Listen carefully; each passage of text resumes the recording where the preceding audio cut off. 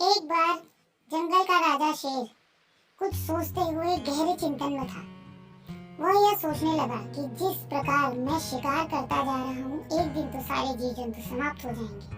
फिर मेरे पास कोई नहीं आएगा तो मैं क्या खाऊंगा। भोजन की समस्या उत्पन्न होते ही उसने एक निष्कर्ष निकाला और जानवरों के बीच जंगल में एक घोषणा करवा दी। आज से मैं जिस जानवर का नाम लूंगा वह उस दिन मेरे पास स्वयं आएगा भोजन बनने के लिए। और सारे जानवर शेर से बहुत डरते थे। उसकी बात जाने अनजाने उनको माननी ही थी। सबसे पहले नंबर आया जिराफ का। शेर उसे खा गया। उसके बाद बारी आई मासूम से हिरणों की। शेर उन्हें भी खा गया। ऐसा करते करते शेर प्रसन्न भी होता था और अपनी इस क्रूरता पर उसे घमंड होने लग गया। मन ही मन सोचने लग गया, मैं वाकई में बहुत ताकतवर हूँ। जो मैं चाहता हूँ जंगल में वही होता है। इस प्रकार एक दिन खरगोश की बारी आई।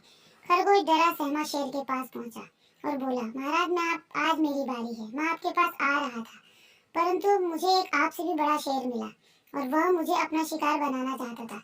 परंतु मैंने उससे कहा, आज पहले मैं आपसे थोड़ी देर मिलके वापस उसके पास चला जाऊंगा, क्योंकि वह मुझे खाना चाहता है। यह सुनते ही शेर क्रोधित हो गया और खरगोश से बोला, अगर तू सच कह रहा है तो मुझे उसके पास ले चल। खरगोश बोला, चलिए महाराज, वह शेर इस कुएं में रहता है। जैसे शेर कुएं के पास पहुंचा, उसने कुएं में झांक कर देखा।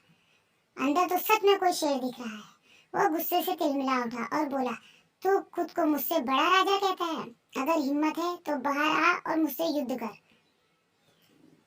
अंदर से भी सेम आवाज सुनकर शेर का गुस्सा 7वां आसमान पर पहुंच गया और वह कुएं में कूद दिया। जैसे कुएं में कूदा, उसकी मृत्यु हो गई। खरगोश ने जब यह समाचार आकर अपने साथियों को बताया तो सभी में प्रसन्नता का माहौल हो गया और सभी उस दिन से जंगल में खुशी खुशी रहने लग गए। इससे हमें यह शिक्षा मिलती है कि यदि हम दिमाग से कोई काम करें तो हम बड़ी से बड़ी समस्या का समाधान कर सकते हैं।